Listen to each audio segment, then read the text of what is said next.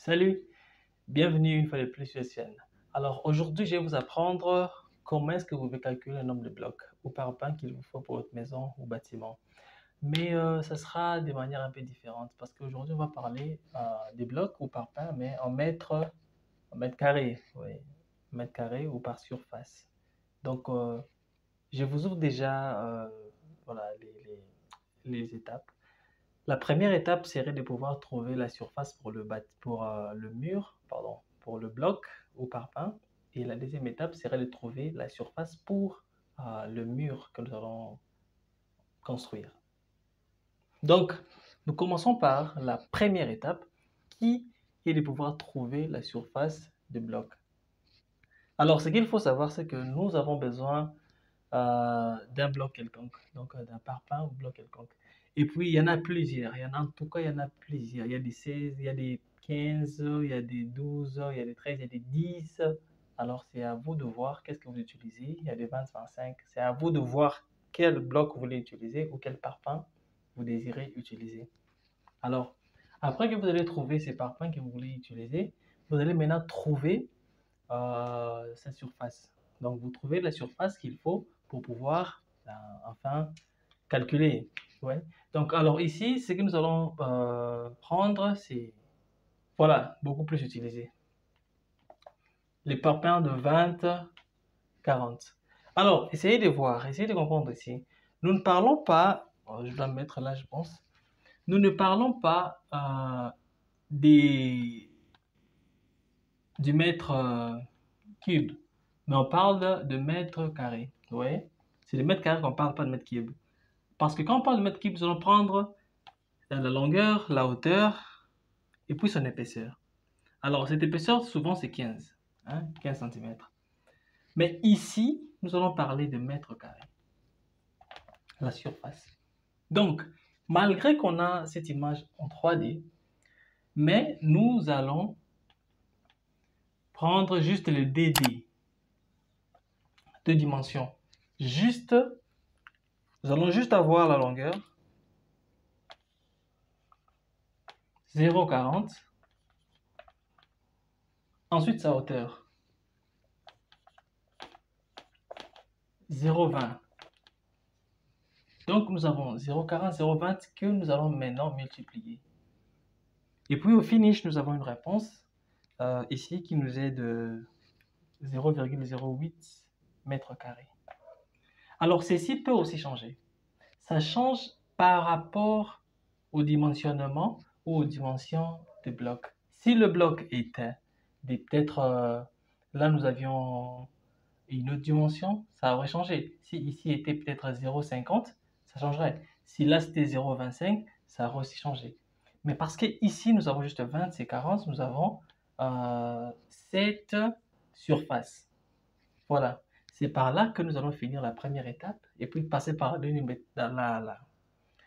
la dernière ou la deuxième étape, pas la dernière, la deuxième étape, qui va pouvoir nous aider à pouvoir savoir la surface des murs que nous voulons construire.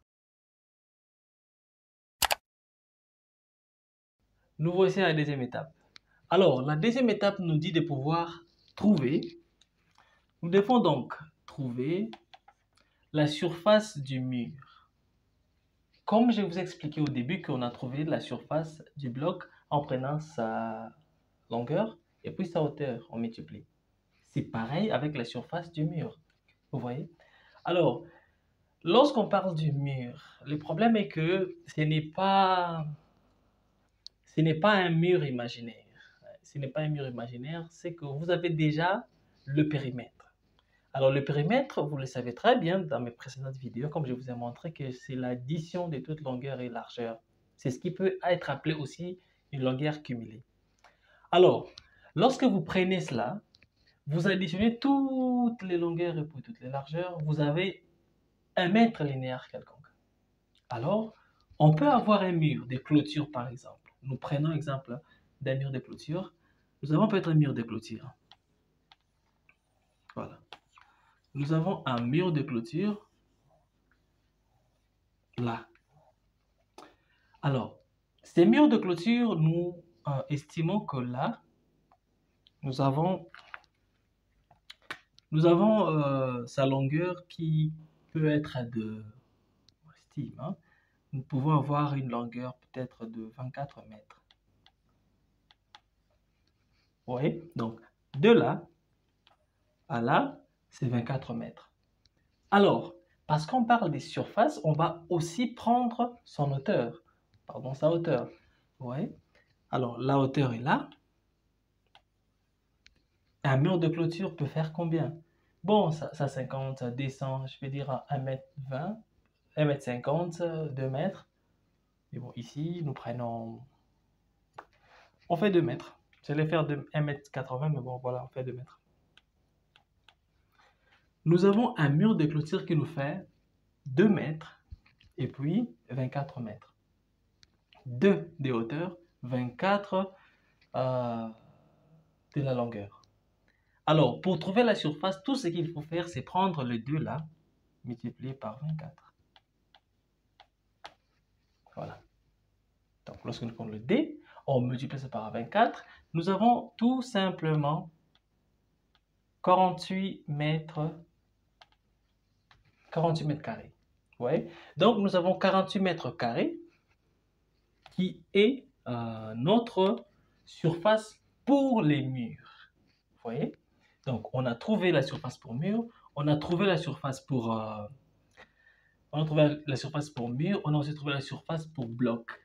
Maintenant, la dernière étape est de pouvoir passer au point de calculer combien ça peut nous faire une surface quelconque pour le mur et puis pour le bloc.